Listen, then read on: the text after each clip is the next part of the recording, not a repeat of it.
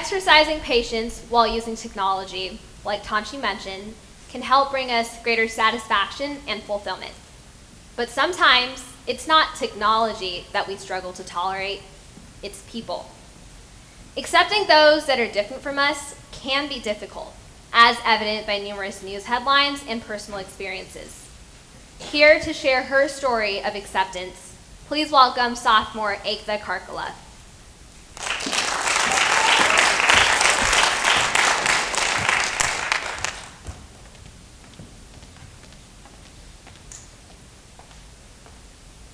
So you know how in every single group project, there's that one person who just wants everything done their way? Well, you're looking at it right now.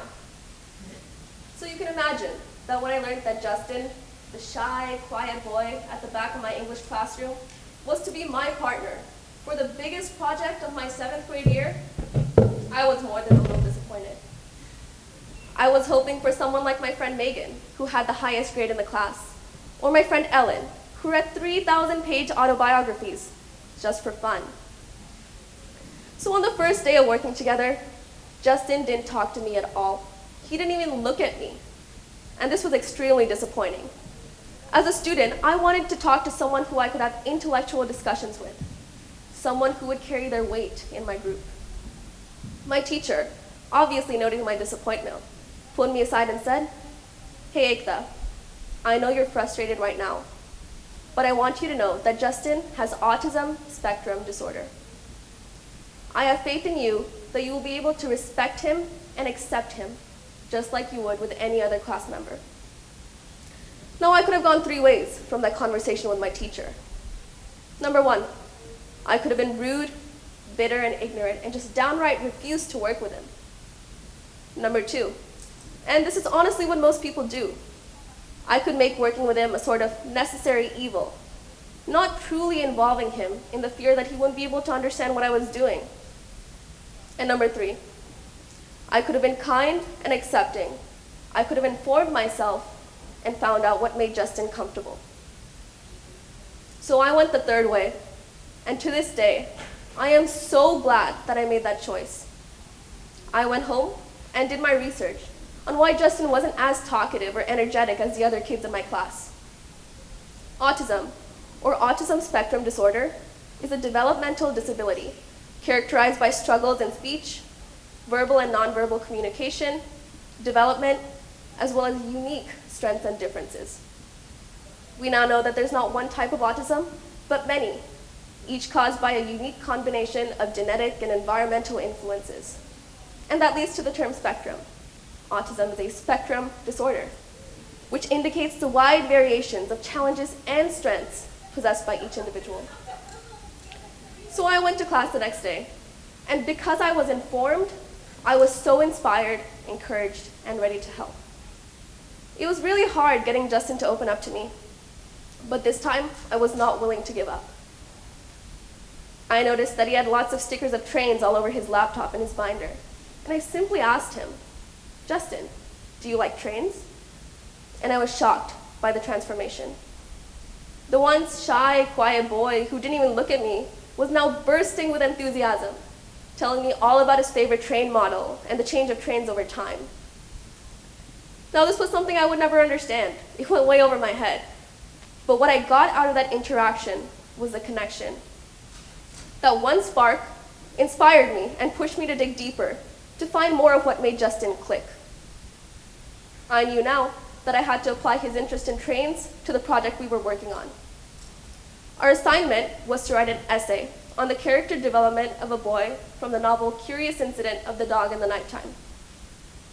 So with a little bit of creativity and help from my teacher, our dialogue went something like this. "Hey Justin, trains have different boxcars within them, right? Similarly, our essay has to have multiple paragraphs. A boxcar always carries something different, like steel or wood. Similarly, each of our paragraphs or boxcars has to carry a different idea. The goal is to make all these boxcars fit and flow as smoothly as your favorite train model." After a few more weeks of working in this comfortable pattern, I saw a lot more of the strengths and weaknesses typically associated with autism. However, my favorite experience when working with Justin was when it was finally time to find data for our novel. Every time I mentioned a fragmented quote or simply an idea I had, Justin was able to give me the chapter number, page number, and line number, as in the physical placement of the line on the page in which that idea could have been found. And I was shocked. There were some incredibly smart and talented people in my class, like Megan, with a high grade, or Ellen, who read all these books, but neither of them would have been able to do this unless they pored over my book for hours and hours. So as I saw, Justin's weaknesses were more apparent just because he wasn't social and interactive, but that did not mean that his strengths weren't equal to, or actually way cooler than that of mine or any of my classmates. After a few more weeks of working in this pattern, editing, drafting, revising, our essay was finally complete, and we turned it in at the end of the year. Grades were entered, and turns out we had gotten an A on the biggest project of the year. Now, while I was surprised, I was just glad that my time, patience, and effort had paid off in such a positive manner, and I was not the only one. A few days later, I received an emotional email from Justin's father, describing how this was the first A he had gotten in his life, and how English was now his favorite class. People with autism have strengths and weaknesses, just like every single one of us. Just because their weaknesses are sometimes more prominent, it does not mean that their strengths aren't equal to, or often way cooler than that of anyone with a neurotypical mind. People with autism are not incapable, as they've been stereotyped to be. Their potential is simply drawn out in different ways. And as I learned, and as I proved, a little bit of time, effort, and patience can really go a long way. A common phrase in the medical community is that autism is not a processing error. It's simply a different operating system. Possibly the best examples I could leave you with are the figures projected behind me right now. What do you think these 5 people have in common? By now, you probably see where I'm going with this. They all showed signs and patterns of severe autism. Now, in the day of Michelangelo or Picasso or Mozart, people didn't have the medicine, research, or technology to understand autism for what it truly was. And it was seen as a terrible disability, rather than a fantastic capability. However, can you imagine a world where the contributions of these incredible people had never been made? Well, the times have changed, and we now have an incredible treasury of knowledge and information on autism and all that it entails. It is now up to us to use that knowledge responsibly and use it to empower our special needs community, rather than putting them into a box of stereotypes of incapable. After my time of working with Justin, I realized that I loved the experience and the way it made me feel. As part of a high school service project, I decided to reach out to organizations around me that did similar work. And I instantly connected with FCSN, which stands for Friends of Children with Special Needs. And to this day, I have spent hundreds of hours of my time, patience, and effort volunteering in hopes to make a change. FCSN is a nonprofit, community-run organization that empowers children with special needs by teaching them life skill classes like cooking and art in order to prepare them for a career and ultimately their future as an independent adult. Now, the teachers there always say, "We're so glad and lucky to have volunteers like you." But that's not how I see it. I am the one who should be grateful to be in the presence of such incredible minds and watch their development as unique individuals.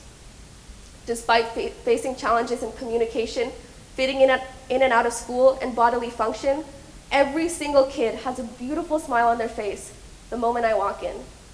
And it is their perseverance and their determination that inspires me to make use of all the opportunities that I've been blessed with. Working with George, a cheerful boy with Down syndrome, has taught me how to communicate with gestures and facial expressions rather than simply with words. Working with Audrey, a beautiful girl with a passion for art and makeup, has taught me that all minds can have an unlimited imagination. Working with Darren, a math genius, has taught me unconventional methods of problem solving that I never would have learned in even the hardest math class. Finally, working with Kirsty, horse rider, water polo player, and tennis champion, has taught me that anything is possible with just a little bit of willpower. However, if it hadn't been for my choice 4 long years ago to accept that shy, quiet boy sitting at the back of my English classroom, my life would have never been changed in this way, and I certainly wouldn't have experienced such a massive paradigm shift. At first, I did turn to the internet for answers. I did read articles and Google statistics, but that was not what changed my mind. My experience was what changed my mind. That's very similar to our situation today.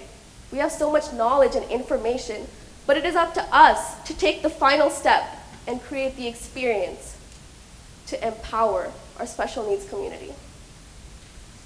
So the next time that you see that shy, quiet boy at the back of the classroom, see them and accept them for the fellow human being they are, rather than the assumptions that you assign to them. As I learned, you never know how your life may change. Thank you.